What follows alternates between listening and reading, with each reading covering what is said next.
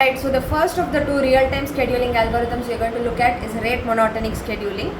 So here the core idea is each periodic task is assigned a priority inversely based on its period. So I'll give you an example. Assume you have two tasks P1, P2. Let's not take too many. Let's keep life simple. Two tasks P1, P2.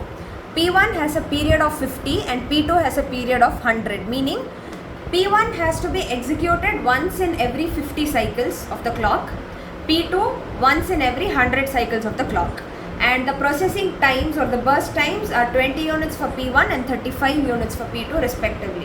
What does this mean? Within every 50 clock cycles, P1 needs to be given 20 clock cycles, and within every 100 clock cycles, P2 must be given 35. So the deadline here is that the process must complete its burst by the start of the next period, meaning we don't have a separate deadline. The time period is the deadline as such, which makes life a little bit simpler. So we'll ignore deadlines for now. We'll work only with periods and burst times. So the periods for processes P1 and P2 are 50 and 100 respectively.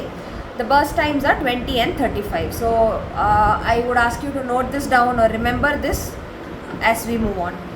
Right, so we saw that rate monotonic scheduling assigns priority inversely based on the period, right? So P1 had a period of 50, P2 had a period of 100. So the smaller period gets higher priority, which makes sense because P2 needs to be executed once in 100 cycles only. P1 needs to be finished once in 50 cycles itself. So the P1 is more urgent, if you can make sense of what I'm saying. So P1 needs to be started first. So give P1 more priority. So at time cycle 0, you start with P1. You give it its burst time, which is 20 cycles. Remember, P1 needed 20 cycles, P2 needs 35 cycles. So you finish 20. So out of the first cycle of first period of 50, P1 has been executed once. Now you move on to P2. You give it 30 cycles. Now at 50, you will stop because here it marks the beginning of a new period for P1. So what you'll do is, in the first period, P1 got executed. For P2, the period extends until 100. So within 100 cycles, it needs to be given 35 cycles. By 50, we've already given it 30 cycles. We need to give it 5 more cycles. So we note that down, we keep it. And here the next period begins for P1. So again, you see that P1 has higher priority. So you start P1 again, give it 20 cycles.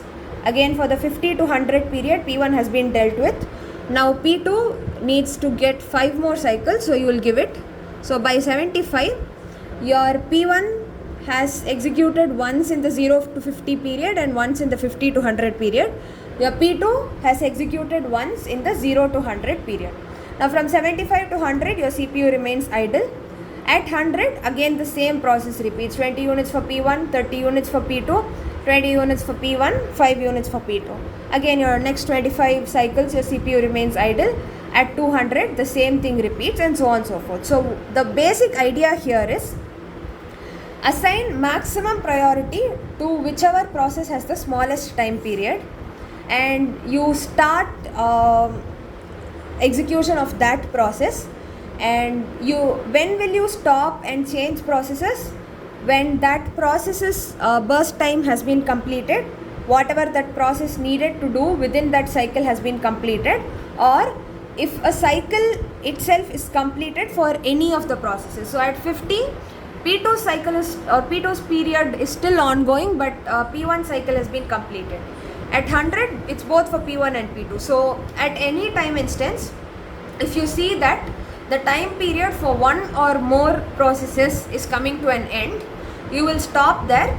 You will see again for this process the time period has ended and it's beginning again. So what is the period? For this process the time period is still continuing. So what is the period? So if you look at 50, P1 has a period of 50 and P2 also happens to have a period of 50. So whereas if you look at 70, at that point, P1 has a period of 30. P2 also has a period of 30. So similarly, you will continue to, okay, let's take the example of 30.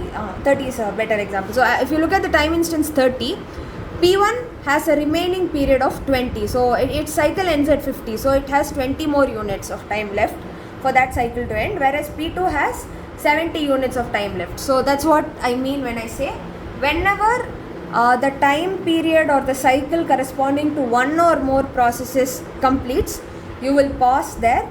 You will take a look again at what are the processes I have, how much time is left for their next cycle or current cycle to complete, and again you will reassign priorities at every step, and based on that priority you will pick up the next one. So that is how we proceed in rate monotonic scheduling.